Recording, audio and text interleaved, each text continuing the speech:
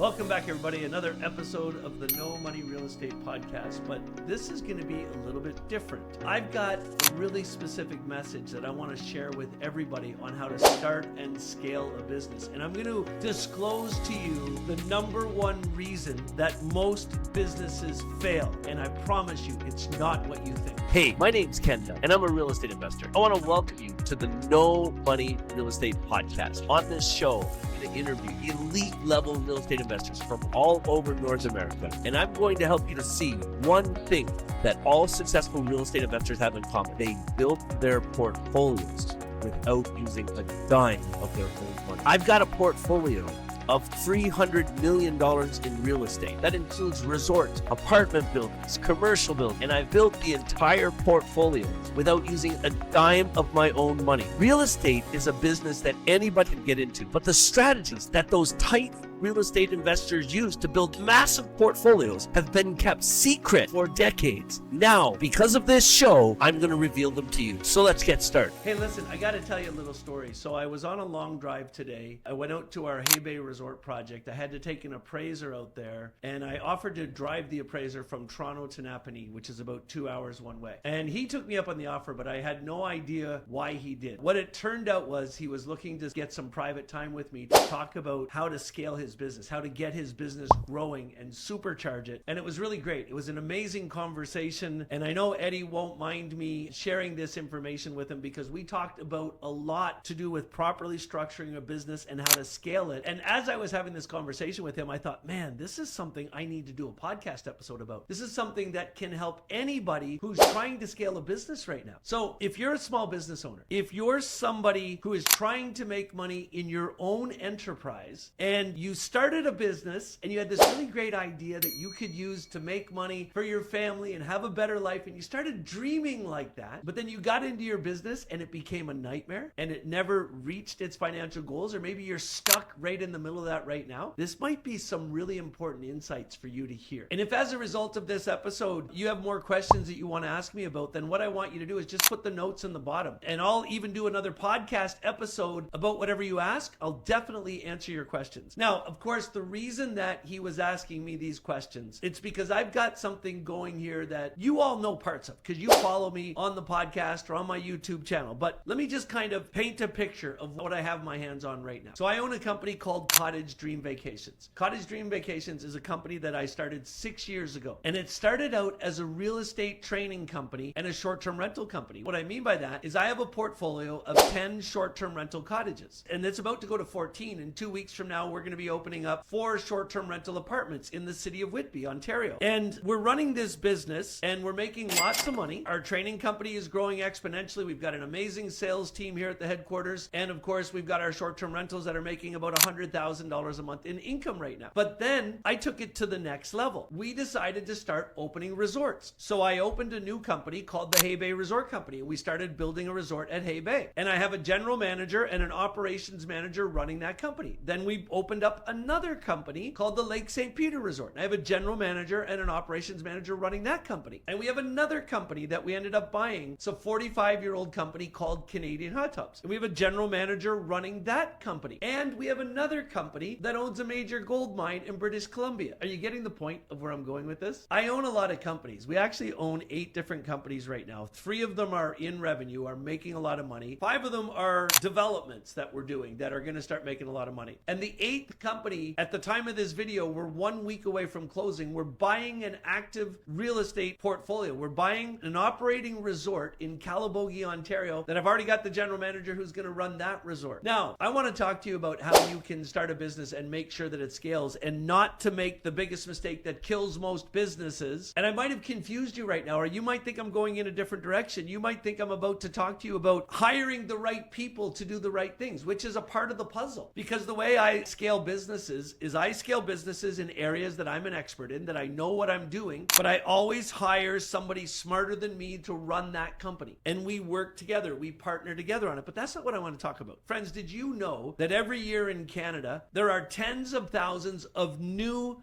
businesses that are started. And those new businesses are started, generally speaking, by incredible people, entrepreneurial people, risk takers, people that are not part of the status quo, people that want to do things amazing and different for their families. That's who starts these businesses. And most often they start these businesses because they came up with this idea of something that they could do that was game changing. And most often that happened because this idea, and they started selling the thing and the business came out of it. I'll give you an example. And I don't know anybody that's doing this, but just as an example. Let's say there's somebody who loves personal care. They pride themselves in the supplements used, the skincare products they use. And because of that, they could never find a moisturizer for their skin that they love. So they started doing research, watching a lot of videos, and they came up with a moisturizer that's unbelievable. That's natural, that's pure quality, and it moisturizes without leaving your skin feeling oily and gross. It's unbelievable. So they started making this for themselves, and then they started sharing it with family and friends. And people started commenting about people's skin. And then because of that, the people using the product said, oh, I got this product from Joan. So before we know it, Joan's got other people that are coming to her, and Joan says, I'm going to sell this to them. So she goes and finds a container, she puts it in, she gets a little label made,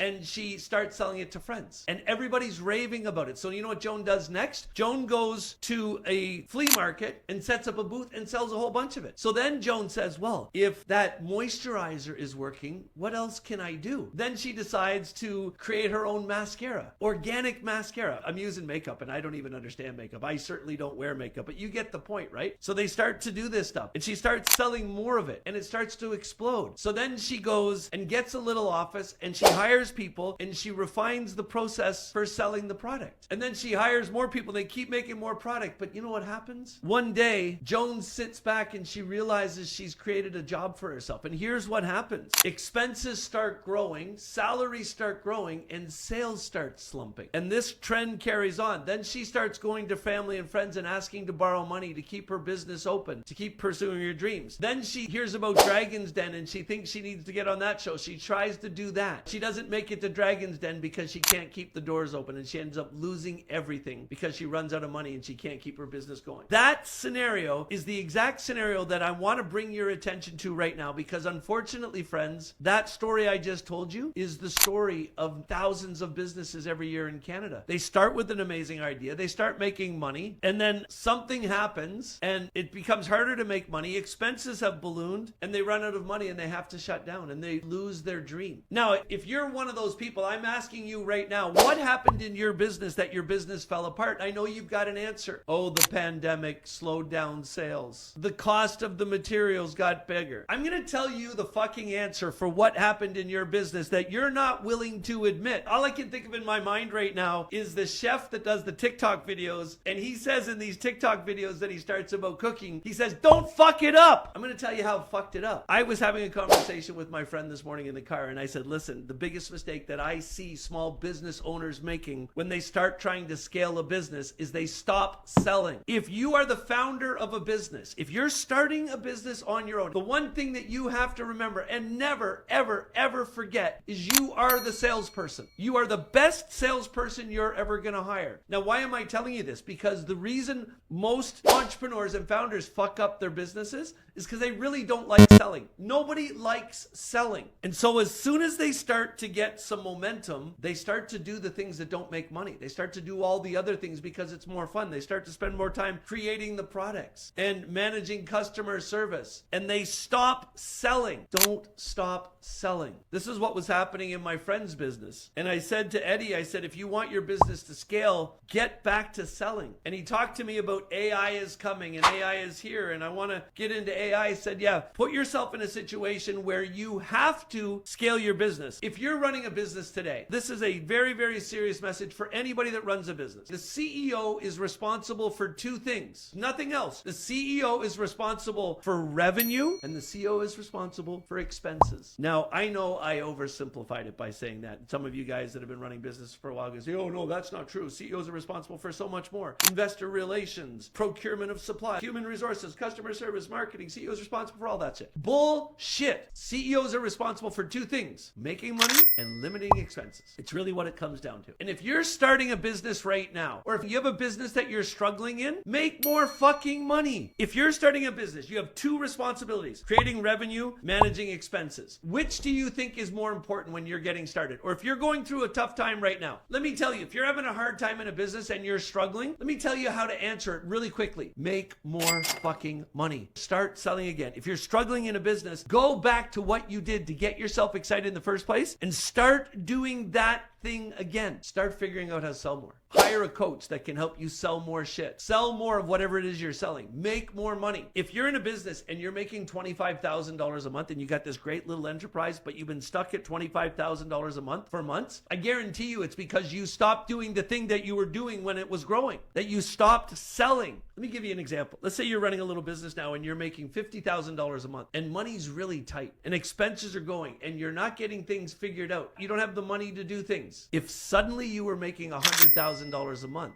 wouldn't it be easier? Yeah, of course it would. And if you think about your scales, listen, friends, I have talked to hundreds of entrepreneurs about scaling their businesses. And the first thing, whenever somebody asks me this question, the first thing I say is, what was your first, oh my God, aha month? How much money did you make? And they give me a number. And I said, okay, how are things going now? Oh, it's not so hard. I said, how much are you making now? I remember this one lady I was talking to, and her aha month was $40,000. And a year and a half later, I said, how much are you making now? She said, $50,000 a month. I said, so obviously you stopped selling. She says, what do you mean? And I explained what I'm explaining to you now, that whenever I talk to small business owners, what I find is when their business started to grow, they had all these other things that they had to do. And so they were pulled away from sales. That's what they say. Oh, I was pulled away from sales because I had to do fulfillment. I had to do all these other things. I had to make the thing. Nobody's fucking pulled away from sales. You stop doing sales because this stuff is more fun and it's easier, because sales sucks. Sales is hard. But if you get going in sales, you're going to do a lot better. So here's what I'm going to suggest you do. If you have an idea to start a business and you've already made a bit of money, listen carefully to this. Here's what you do. Sell more right up front. Keep selling. Focus all your energy on selling, and then whatever energy you have to on fulfillment, and start scaling your business. You're going to get to the point where you can't sell anymore because you got to do the other shit. You got to do the customer service. You got to make the thing. You got to do this. Here's the most important first person to hire. As soon as you get to that point, hire somebody that can do all that shit so you can focus on selling. In my current business, when I got to that point that I was selling so much that I couldn't handle doing the fulfillment anymore, I didn't jump over and start doing the fulfillment. You know what I did? I hired a vice president of operations. I hired a woman named Tammy Stanley, who today is the president of all my companies, one of my best friends, and probably one of the most brilliant business tacticians I've ever met in my life. And I said, Tammy, I need to hire you to come in and take over everything on the back end of this business